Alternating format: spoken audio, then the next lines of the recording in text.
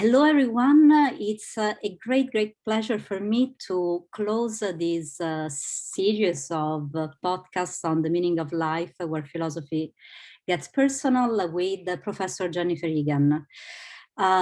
She's, for me, a unique mix of philosophy and praxis. I mean, she really manages to personify this great balance of philosophy, research, and so on, but also, put in practice the research. And in fact, she's a professor of philosophy and public affairs and administration at California State University, East Bay. She works at the intersection of theory and praxis. And she has published articles in the areas of feminist philosophy, critical theory, political philosophy, ethics, the philosophy of public administration. Her ongoing research interests include organizing and activism, and she works on Theodor Adorno, Herbert Marcuse, Michel Foucault, Judith Butler. Additionally, she has served on the editorial team of the Journal of Administrative Theory and Praxis, and as past president and current leader of her labor union and the California Faculty Association. So thank you so much, Jennifer, for being here. As a colleague, I feel really lucky to have you in the department. And when I met you the first time, I realized, okay, that's the spirit of our department. Now I understand. That's so sweet. That's so sweet to say. Well, yeah, you're a wonderful colleague too. So I'm so happy to be here with you today.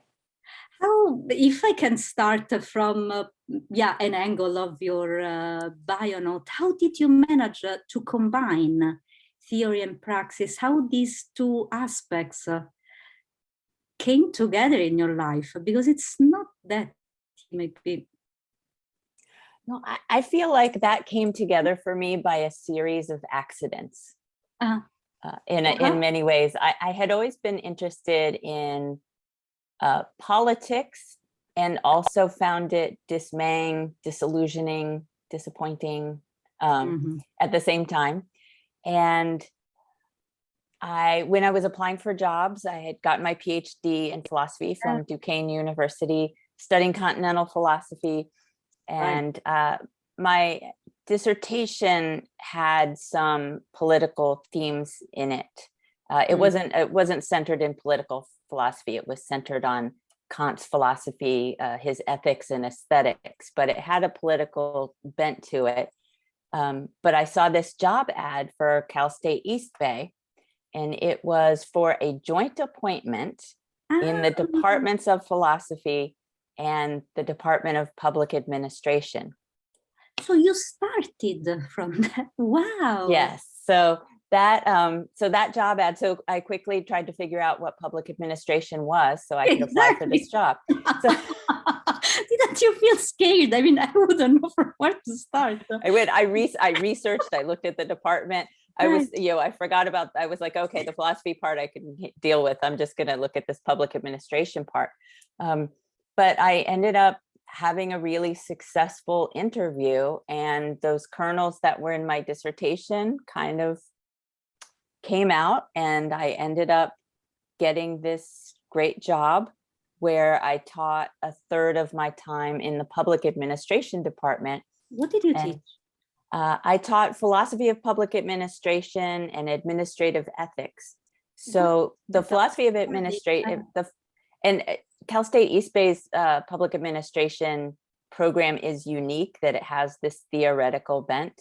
That's a master's program that has practitioners working in government, working in nonprofits, police officers, people working for this different cities in the Bay Area, all kinds of different public servants.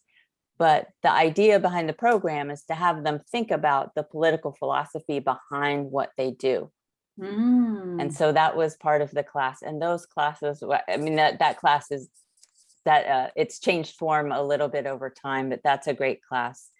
And obviously the ethics in public administration is critically important. I think our graduates from Cal State East Bay do okay. I'm not sure about the wider world of elected politicians, but that's sort of how I started in on this mix of theory and praxis. That was not really part of my graduate work. That's something I really started at Cal State East Bay. Hardly. And then I ended up getting involved in the labor union, also what I think of as a series of accidents. During the, when I got this job, it was a unionized job. I was happy about that. I joined the union. I think that's a wonderful thing to have in higher education. Even professors need labor unions to advocate for them. But I really got involved in the union around the time of the 2008 financial crisis, the Great Recession. The president of the union was stepping down, and he said, "Hey, you'd be really great to do some work in the union. You should work on faculty rights, like the contract enforcement." And I said, I don't know anything about that stuff. And he said, "Oh, you'll learn." And the typical ask of, "You'd be great for it. It's not that much work." But neither of those things are true. But it is a way to hand off work to someone else. So, Okay. and then one of the hooks was I was department chair of the Department of Philosophy at the time, and it was part of the Great Recession. We had lecturer faculty losing work left and right. He said, you would get some assigned time, and then you could give that class to a lecturer in your department. And I thought, oh, that's hard to say no to, right? So I ended up doing that work, and it turns out that I really started to like it. I did it by accident, but then I started liking it. Like, I liked advocating for faculty. It sort of makes you feel like a superhero when you go into a meeting with the administration and you're armed with a contract and you say, "You violated the contract," and they can try and argue with you, but if you're right, you're right. And then they have to adjust. It's really kind of fun. So I started liking that work, and then just kept going in the union, and ended up being a statewide officer in the union and on the bargaining team. And then our past president of the California Faculty Association, Lillian Tays, had a medical crisis, and I thought she was going to be president forever. That was my plan. That was my plan for her. But then she said, "Well, I'm going to step down. I think you should run and be president." So then I was the statewide president of CFA for 4 years. Wow. And then 4 years, that was like 4 years of the hardest work I've probably ever done, with the possible exception of when I worked as a cocktail waitress in an Irish bar on St. Patrick's Day. Oh, you did. That's the only thing I can compare it to. But that was demanding, yeah. But that was 4 years of extraordinary hard work, and all praxis and not much theory. It was, advocating for the budget and for bills we were sponsoring in the Capitol, and bargaining our contract. And it was extraordinarily hard work, and I missed the classroom very much. And then I decided to step down. But I still do some work with the union on our campus. Yeah, I must say I feel very safe in knowing that you are there. I'm really, really spoiled. Was there any time in which you felt, oh my God, I'm not up to this job, I'm going to do? And if so, how did you cope with that feeling? Oh, almost all the time. When I was president of the union, I think in that role where I was all praxis and no theory, when I had come from an all theory and philosophy background, I felt like a fish out of water almost all the time. So a lot of it was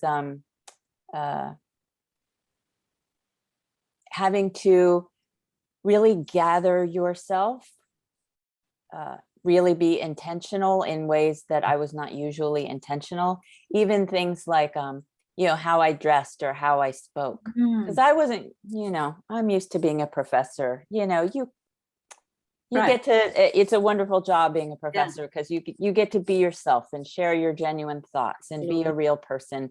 And if you have, chalk smeared across your face and you look sloppy, students just seem to accept you anyway, and no one cares. But being in a public, being in a public role, having to do political work where you're meeting with public officials, and everyone is dressed incredibly nicely and having to try and fit in, and speaking the right language to the right people at the right time. What's the right language, you think? I think it's like an Aristotelian thing, right? You know it when you know it when you find it. You hit the mean, like speaking to politicians, to it's using rhetoric, for all the good and bad that rhetoric is, right? Using the right rhetoric to entice political figures to support the budget for the CSU, because we're the people's university and we're the engine of the state's economy. Now, when I'm teaching, I don't think, oh, I'm part of the engine of the state's economy. I don't think about that when I'm teaching, but that's part of, that is part of the mission of the CSU. And that's what a lot of the CSU, a lot of the California state elected officials want to talk about. So you talk about what they want to talk about. But it has this disarming feeling of feeling like you're not yourself a lot, that you're performing. You're performing a lot. I was at one point, while the little bit of research I got to do when I was president, I was looking at some of Foucault's works on the cynics. And a lot of it was sort of gathering yourself and speaking your truth in this way that made you vulnerable, even though you were putting on this performative armor, because you were, doing the dance of lobbying and being in public and running a labor union and all that kind of performative stuff. But a lot of it is trying to gather up that, Foucault makes a lot of that idea of parrhesia, the fearless speech. But to try to be as, fearless as possible in your advocacy. And even though when you're not sure you're right, that's always a thing for me. I will advocate for things that I feel passionate about. None of that has anything to do with my certainty. Like, my uncertainty is a continuous thread. I'm not 100% sure I'm right. That's a very interesting point. And how about the vulnerability? So to be effective, you need to put yourself there, but at the same time to be passionate and... Yeah, I feel like the union work being is, in a sense, you empty yourself out to be a representative of this labor union, right? Our labor union's pretty big. We're almost 30,000 people. So that it's, the sense that it's not about you, the particularities of you are not important. What is important is advancing the cause of your union siblings, your constituency, and thinking about things like their job, their benefits, our students, their experience, how important that is. And in some sense, it's very rewarding, because when you win and get something, it's wonderful. You get a good contract, you get a good budget, you get something that really advances things that you think are important. It's absolutely wonderful, but it is also really exhausting.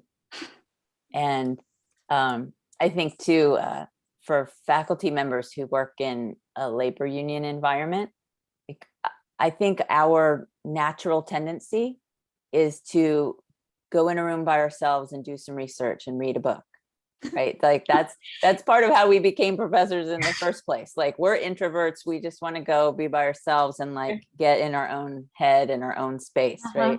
Yeah. But it takes all of this, a lot of group process and a lot of negotiation and a lot of a lot of ego work, right? Your own ego strength relative to other people's. And I think all of that work I found really tiring, maybe because I identify as an introvert, that work, drains my energy. Right. But I think that faculty just, we like working independently, and union work is collective. It's not an independent venture. So I feel like myself, I'm totally including myself, that faculty aren't naturally good at that kind of organizing. Like, we have to kind of fight against our own grain to do it a little bit.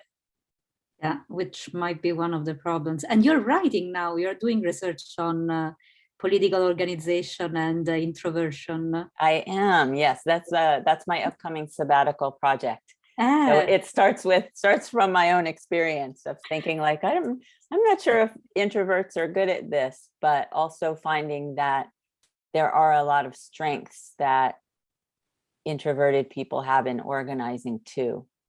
How do we do? I think those introverted tendencies to be thoughtful and careful, slow going. I think it might help us be a little bit more strategic. I think if I can, I'm totally overgeneralizing in a way that is probably not helpful. My fault. but that's the nature of these polarities, right? Introversion, extroversion. It's really a continuum where we're all on it somewhere, and we can all kind of adjust our dial too and go one way or another. But I think people who are natural extroverts want to jump to action.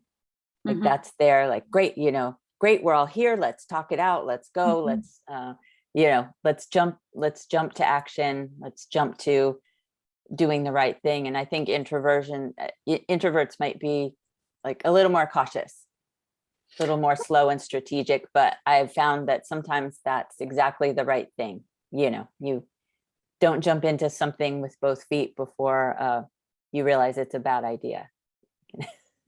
Yeah, I mean, it's wise from my point of view, but it is true that politics runs fast, decisions must be on the spot, and yeah, that's not our strength. Yeah. I don't know, what I noticed also about introversion is with myself and some of my students, is that there's this ongoing feeling that what you're going to say is not going to make a big difference, is not going to matter that much, or it's not that smart, maybe better to keep it away.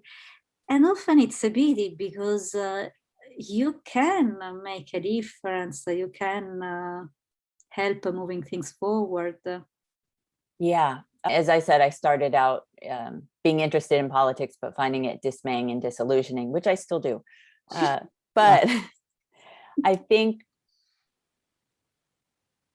that, like, a lot of our students maybe think very individually, because that's sort of a US frame of thinking. We think in terms of, well, my vote doesn't count for very much, because yeah, you're right, it's diluted by all these other people's votes. It definitely doesn't count that much. Or my voice, if I call a legislator and give my opinion, it's just one call. That's true. But that's where the organizing work comes in, where you gather up those individuals into a larger chunk and move that big chunk of opinion or movement or motion. And that absolutely does matter. And that requires coordination with other people, which is sometimes challenging. Oftentimes challenging. Oftentimes challenging. How much critical theory trained you to this job? And let's say a few words about critical theory, because I'm not sure that everyone knows what we're referring to.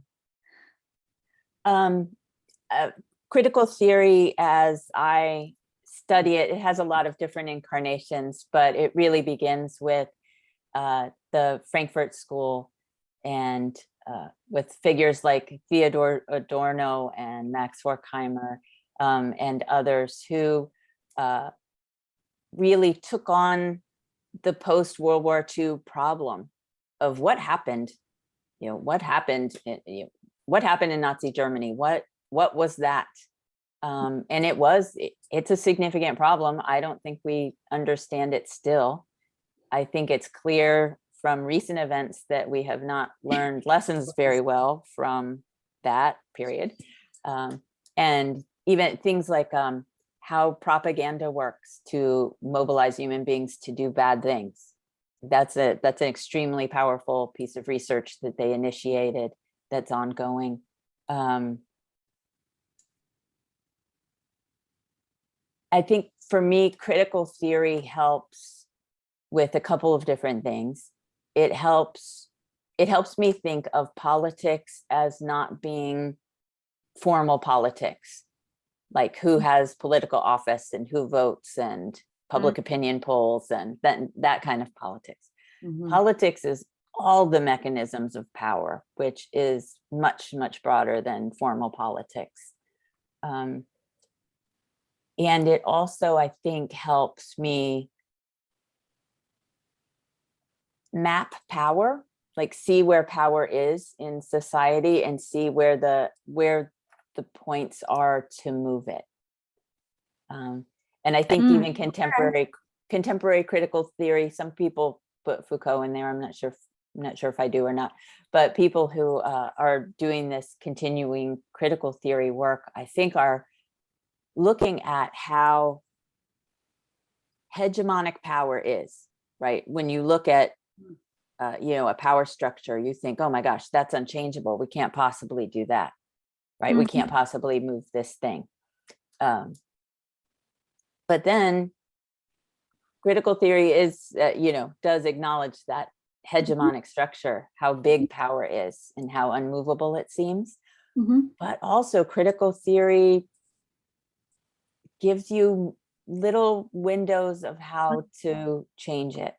And they're little. And one of the things I appreciate critical theory for, especially Theodor Adorno, who I disagree with him very often, but I adore his extreme pessimism. I know that sounds really weird, but I just figured like that extreme pessimism, I find actually weirdly motivating. How? Tell me. It's I think he is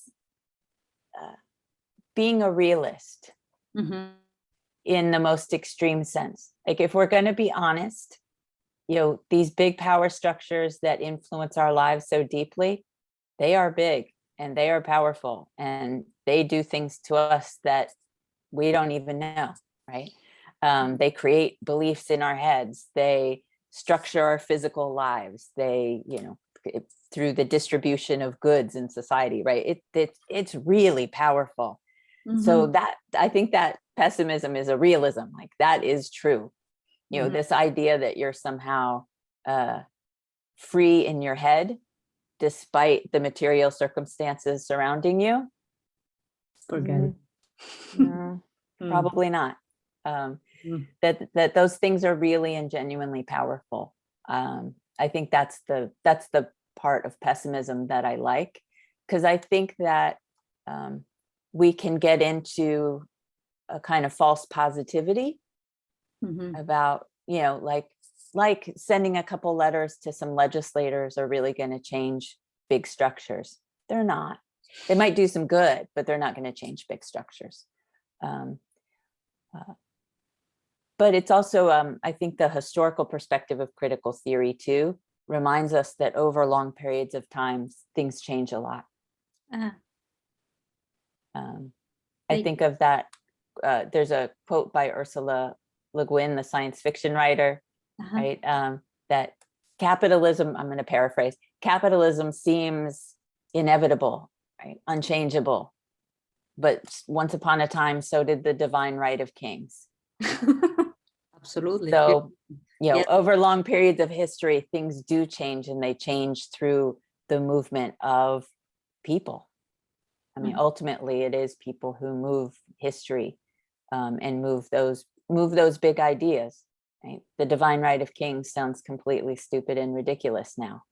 Yeah. Maybe at some future point, they'll say, wow, some future people will say, wow, capitalism. Wow, those primitive people were dumb. Why'd they have that? Absolutely. Yeah, that's a beautiful view. And is there a window that was more, a little window of power that you discovered that was more important than others in your work in politics? Expression. You know, I found that that one of the most vulnerable points of individuals in power was their vanity. Ah, okay, makes sense. And we have at the head of the Cal State universities, we have chancellors, and we have had past chancellors who, when we would protest, whether it was for our contract or for working conditions, when we would protest and we made signs that were a little personally nasty towards the chancellor, we had puppets, we had like big unflattering puppets. Yeah. They would mention that later. Like, it hurt. Yeah. Like, it got to them. And you're thinking, like, you're a powerful person. You make a lot of money in your position. And some college students and some faculty members made a mean puppet of you. And it got to you. Wow. Why do you care about that? But yeah, vanity and feeling like but there was something about the protest and the criticism. It made them feel exposed. And that was powerful. And that was also a way in. Not that I don't think we made puppets or, made nasty signs to be personally mean to people. Right. We were doing it as a means to an end. But also when we do things like say, look, this is your enormous salary, and this is what students are having to pay in fees to pay you, and it's not fair. Well, it's true. At that point, they don't feel ashamed. That is no. So good. No. But that they were vain and that those things moved them. I remember being at the previous chancellor was having a forum at Cal State Los Angeles, and we had kind of, there was the audience, he was having this forum, and we surrounded and we had signs and red shirts, and we weren't loud, we weren't shouting, it was just sort of a visible line of union folks. But then we had students in the audience asking the chancellor questions about why he won't settle the contract with the faculty, and why he wants to raise student fees again. And those questions exposed him, and he gave bad answers. And then he started getting booed, and you could see him get flustered.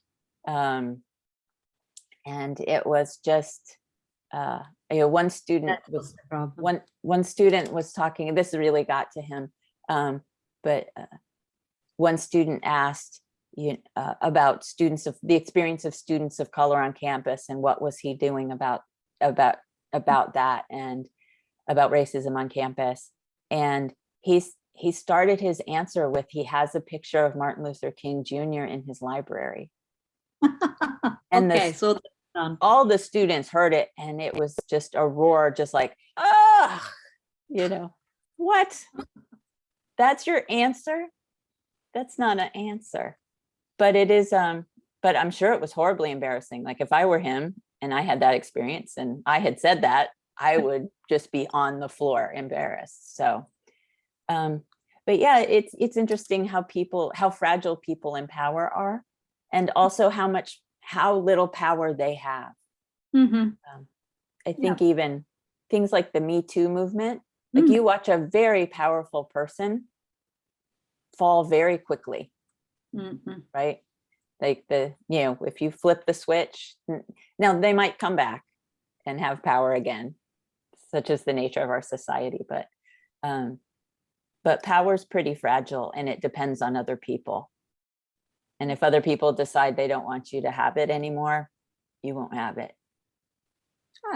we found a beautiful window to look at how changes can happen, I think. Yeah. And yeah, vanity is a very good point, and to show the fragility. What about truth? I know that you are also investigating, the importance of truth as it applies now in this society. Why does truth matter, if it does? What are you doing on that front? Yeah, I'm not sure if I'm getting very far. I do think critical theory and their studies of propaganda and speech are really powerful and instructive on that. I think I worry two things. That we've sort of had a collapse of the public and the private, in a sense. I can see that, and maybe I'm going to political philosophy here. Like John Rawls, nice liberal philosopher, he had the idea of the overlapping consensus, right? That even though we have different, we're diverse in all these different ways, we have all these different ideas, and that's as it should be. But in a democratic society, we have certain truths that we all have in common. Things like we believe in democracy. We think voting's important. We want the public sphere to be inclusive of people. And people have rights, human rights, right? That those things are right. We all agree on that. And then we can diverge on all the other things, right? We can disagree about everything else. And that a lot of those things are things private and particular to me. Like, I think the most obvious one is religious beliefs, right? Those are private, those are mine, right? My religious beliefs are mine, or lack of them, if that's the case, right? Those are mine. I don't need to share them. I can, but I don't need to. And I acknowledge, as part of the overlapping consensus and being part of a democracy, that I don't demand that other people share them. That's not something I am allowed to do.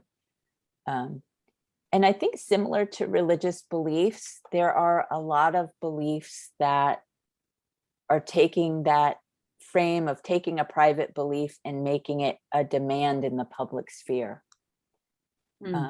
I think things like at this point where we are in the pandemic, masks help. If you're a mask doubter, I don't know what to do with you, but yes, masks help, right? Contain the spread of disease. Should we all be masking all the time, indoors, outdoors? I mean, those are empirical questions, but they're also value-laden questions. But if at the point where we have low transmission and the mask mandates are gone,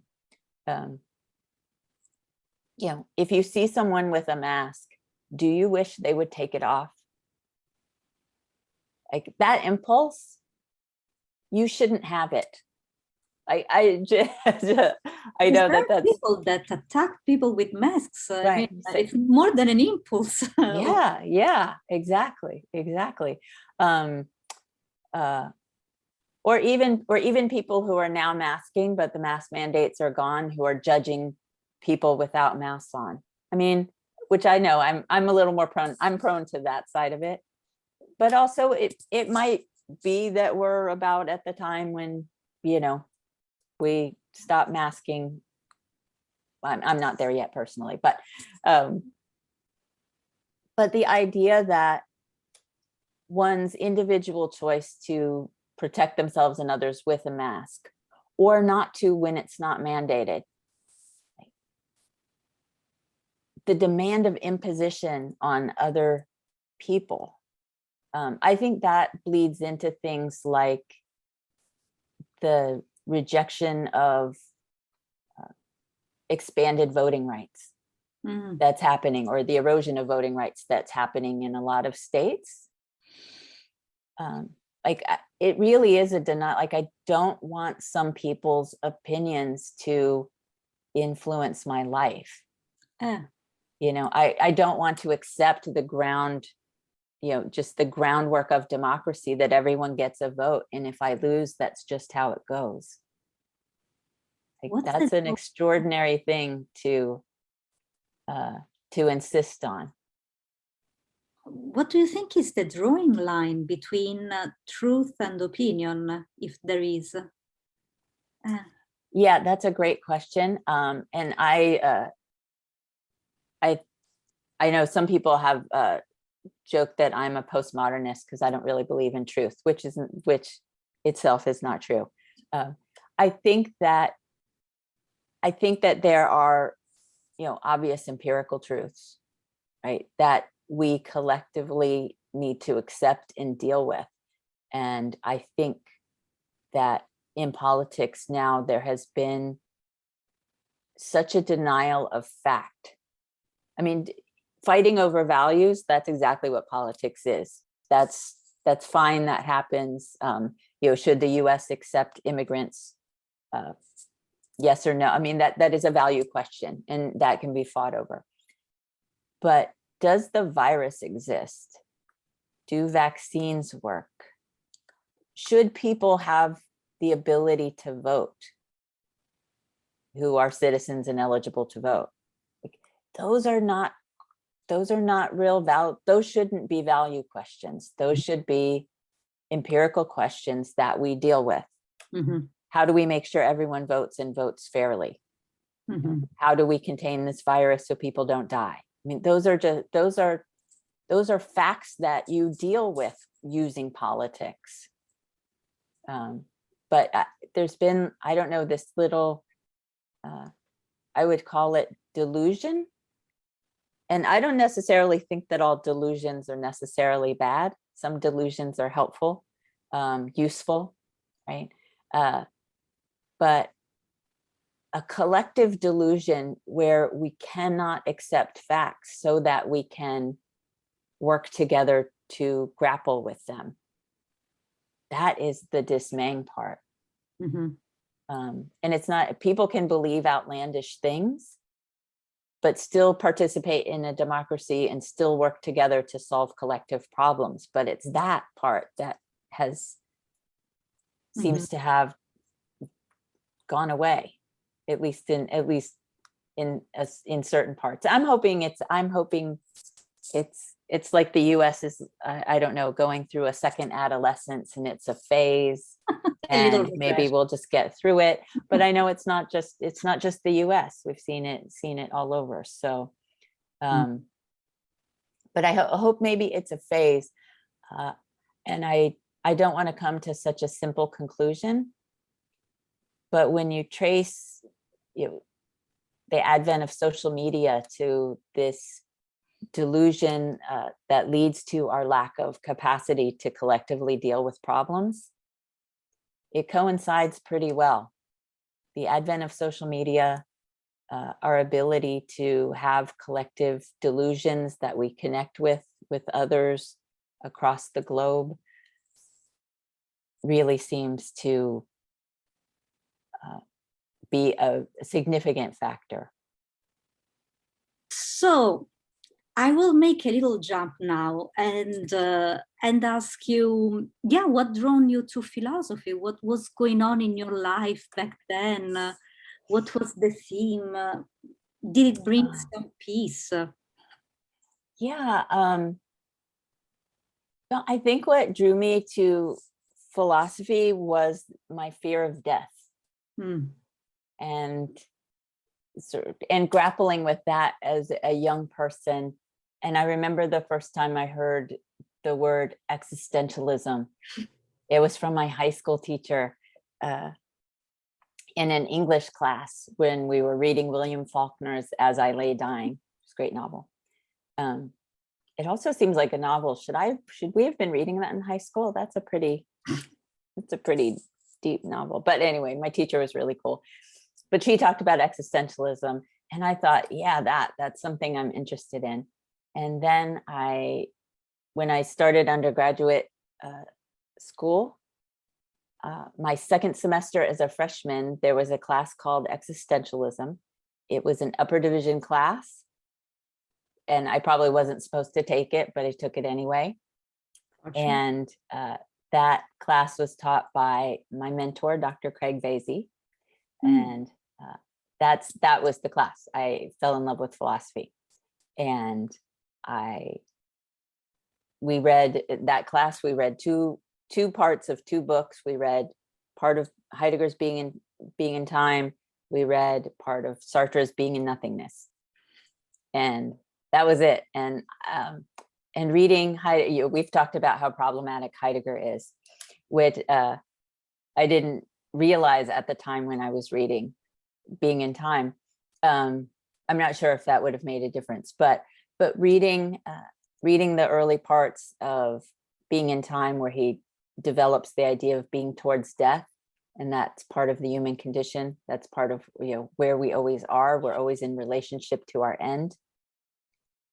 I thought that was so cool. And I didn't know reading just ideas like that, not inside literature or inside history. I didn't know that existed. And I just thought, this is the best. I love this. How old were you? 18?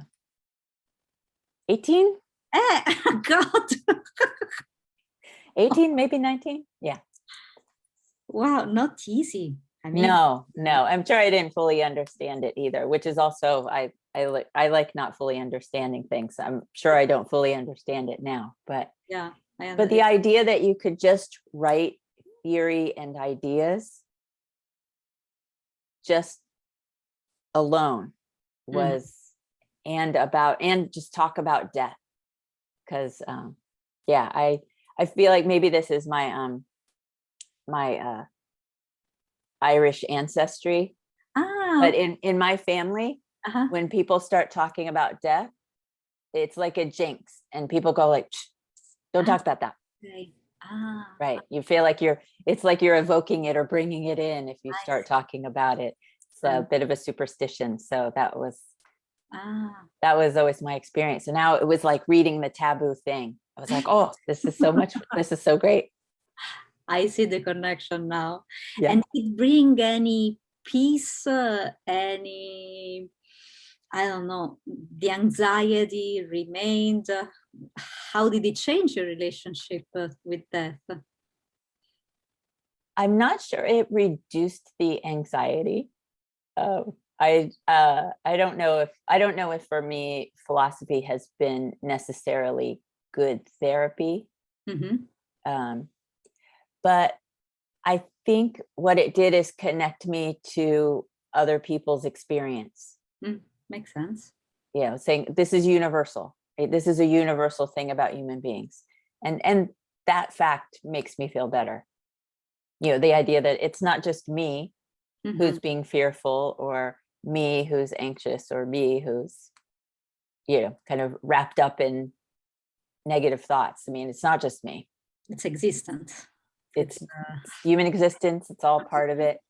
I think philosophy can give some tools to work with it. And I think I used to think I would love to eradicate my fear and anxiety, but I don't feel that way anymore. Like fear and anxiety are useful and instructive. And, I think maybe I get that from a kind of Buddhist idea. No, I don't even know that much about Buddhism, but that you make friends with your negative feelings. You just make friends and you just say, yep, I'm anxious. Yeah. That's how it is. What am I anxious about? Let me think about that for a minute. Yeah. All right. I'll try and soothe myself, tell myself it's, like stop that's it. to be children, I think. I mean, it's helpful and healthy, I think, to listen to ourselves, to the most vulnerable part of ourselves, and okay, sit here now, tell me what's wrong today. Yeah. What's going on? I don't know, I find it healthy, and I agree with you. It's just there, and I mean, as far as it doesn't take all your thoughts and you stop functioning because of it, when it's, welcome on board. We are all there. Basically. Yeah. And look, one other small question before we close. how do you relate to diversity? So death is something that is in common, anxieties, fears. How do you see diversity, uniqueness as a teacher, as a person? Yeah, I think the word diversity maybe doesn't do enough work. And in the sense that I think we often, praise diverse spaces and say, oh, look at us, we're all different, we're all here, we're different races and genders and sexualities, and isn't this great? The fact of diversity doesn't address the fact that some people in that diverse space might be miserable. Even as, you're part of, I think this is part of our higher education institutions, even though that diversity is part of the glossy promotional photos that the university puts out, and like, look at all of this wonderful diversity. And though, diversity is great, but to have diverse spaces where everyone feels welcome, genuinely welcome, and maybe not welcome isn't even the right word, because then who's doing the welcoming? Is it the white people welcoming in the people of color? Like, even welcoming, that's not the right frame either.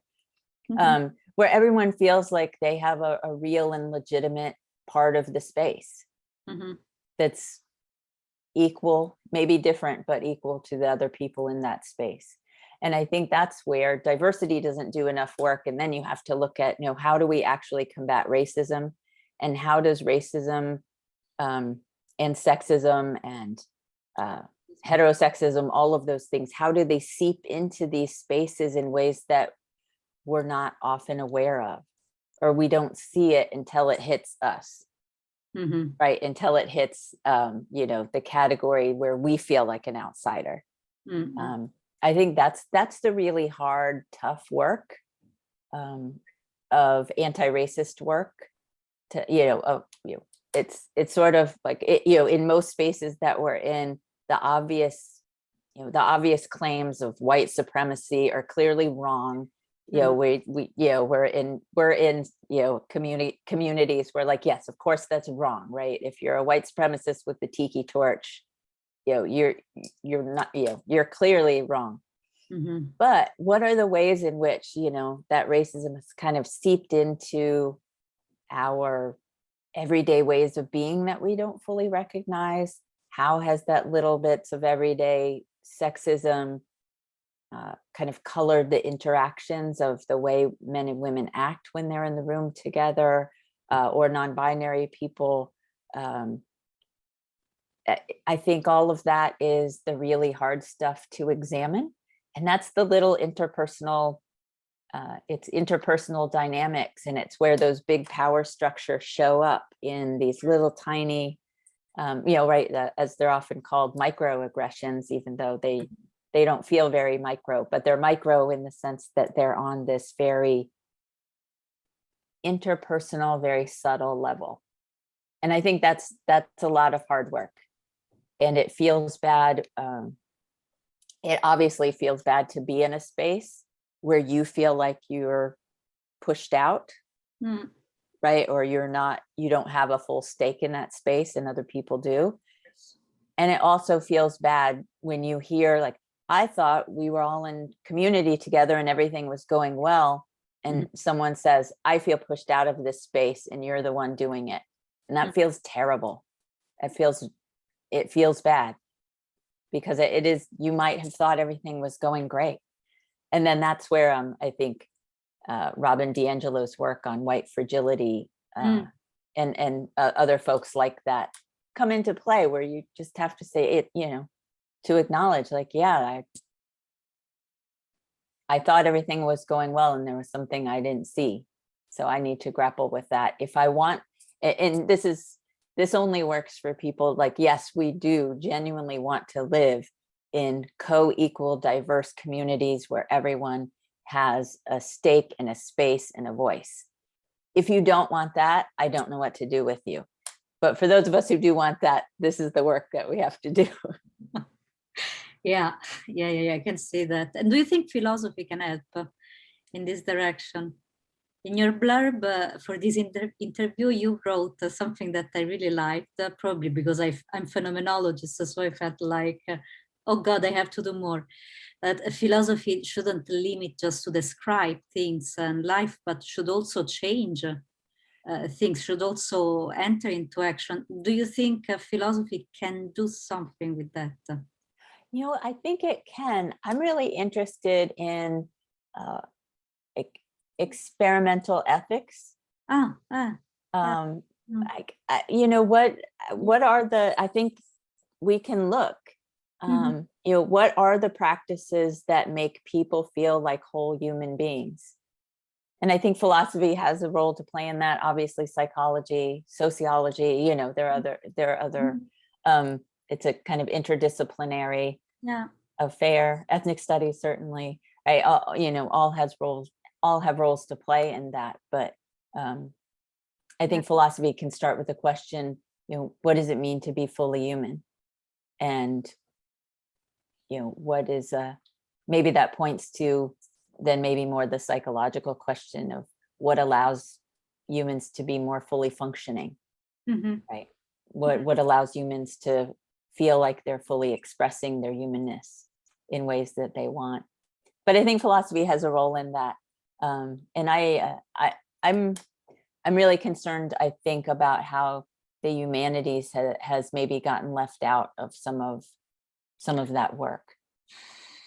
Because I think it's philosophy. I also think it's sort of literature and narrative and how we construct narratives that are really important to that work that maybe hasn't, I don't know, maybe taken center stage. And the power of things like, literature, stories. I mean, I think one of the appeals of existentialism for me is the acknowledgement that we can't know other minds. I mean, we really can't. Everyone is their own little spark of freedom, and you have no idea, right, what they're really thinking. But it is through, very often for a lot of us, it's through literature that we get access to other people's experience. Fiction, nonfiction, either way, that really is, that's powerful. And also, storytelling, hearing people's firsthand accounts in real rooms with real people where they're telling you what their experience is and where they're coming from. And that's powerful. And I think there is a theoretical thread of how to unpack that experience of accessing other people's experience and fully taking it in. And then also what blocks us from taking it in. Thank you, Jen. This is that's a beautiful map to follow. I think both personally in classes as teachers or as professionals. So thank you so much. That's a beautiful key. Time ran really, really fast. We arrived to the final big question in this case, right? And I'm asking to you, what do you think personally is the meaning of life, if there's any? I'm not sure what the meaning of life is. I think it is possible that randomness is prevailing. But out of that randomness, we gather up meaning and create little bits of meaning. I do think that the purpose of being human is still pretty elusive to me. It is tempting to say it's happiness. That's a tempting answer, just because it seems good. But I'm not sure individual human happiness means all that much. I mean, it might mean something to you because it's nice, feels good when you're happy, but and it might not even be happiness, it might be more contentedness. That feeling of like, I'm here right now, everything's okay, things are going well, right? But I don't think that's not the meaning of life either. Those are nice way stations when you get that, a nice contented feeling. I do think what drives my philosophical curiosity is identity, who we are and how we become what we are, and also how we impact each other. And so that's really what led me into ethics and politics. I started in existentialism, but then sort of left that and went more towards ethics and politics, because if you take very seriously, and I do, that each human life has a beginning point and end point, birth, death, and as far as we know, that's it. It's really the quality of that span of time for that person is really important. And whether it's happiness or a sense of meaning or projects that give that person for fulfillment or a sense of legacy through children or works, or right, whatever is important to that person inside that span of time, the way that we foster each other's aims or thwart them is so important. Even in very small ways, the ways that we can be derailed by each other. Even just by getting cut off in traffic, or someone giving you a mean look at the grocery store, right? The way we can derail each other in these little moments. And then obviously in big ways, and obviously through politics, how we can affect people's lives, right? You can, inside your lifetime, you might experience war, which is a complete collapse of your projects, whatever those might be, right? All of your life is upside down, and everything you thought you were working towards and doing is over. And that is the acts of other people interfering in your precious little time span. So I think about things like that, right? How can we foster each other's life projects, help each other, prop each other up, bolster each other, while also living out our own individual projects, living by our own lights in a significant way. Individuation, that's the word that comes to mind. Maybe that's the purpose. Yeah, maybe. Becoming whoever it is you fully want to be, care to be, fulfilling a desires of who you think you are. I think those things are really important. And all the ways that, sometimes that doesn't happen in the way we grapple with needing to revise our story. Yeah, because, it might happen that you discover you are not such a beautiful, loving person. But then you find something meaningful anyway, which is difficult to grapple with because it's not acceptable in the place where you are. Yes. Nevertheless, it's crucial for your life, for this little unit that is given to you. Yeah.